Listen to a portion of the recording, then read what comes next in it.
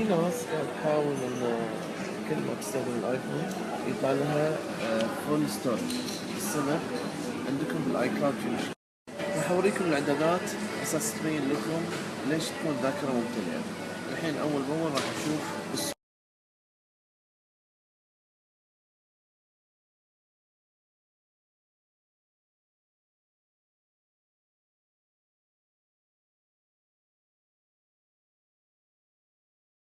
بالنسبة للستورج اللي علمت عليه توه، في حال إذا صارت 5 جيجا معناته دائما راح تطلع لك الرسالة هذه، فحاول دائما ما تكون أكثر من 4 جيجا ونص مثلا. طبعا راح أرجع أعطيكم ملاحظة ثانية وراح أعرض لكم إياها بالصورة ما يتكلم وأقول لكم شنو القصة.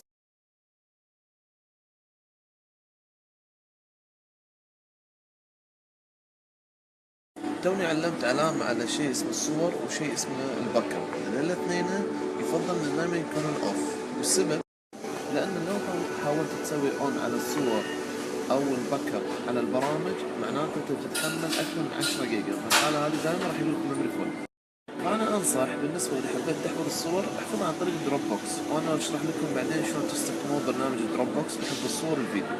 أما بالنسبة للباك اب، بالنسبة لكلمة الباك اب تقدرون تسوون باك اب حق الواتساب، في حال إذا حبيتوا تسوون واتساب باك اب تقدرون بكل سهولة. الحين راح أوريكم طريقة.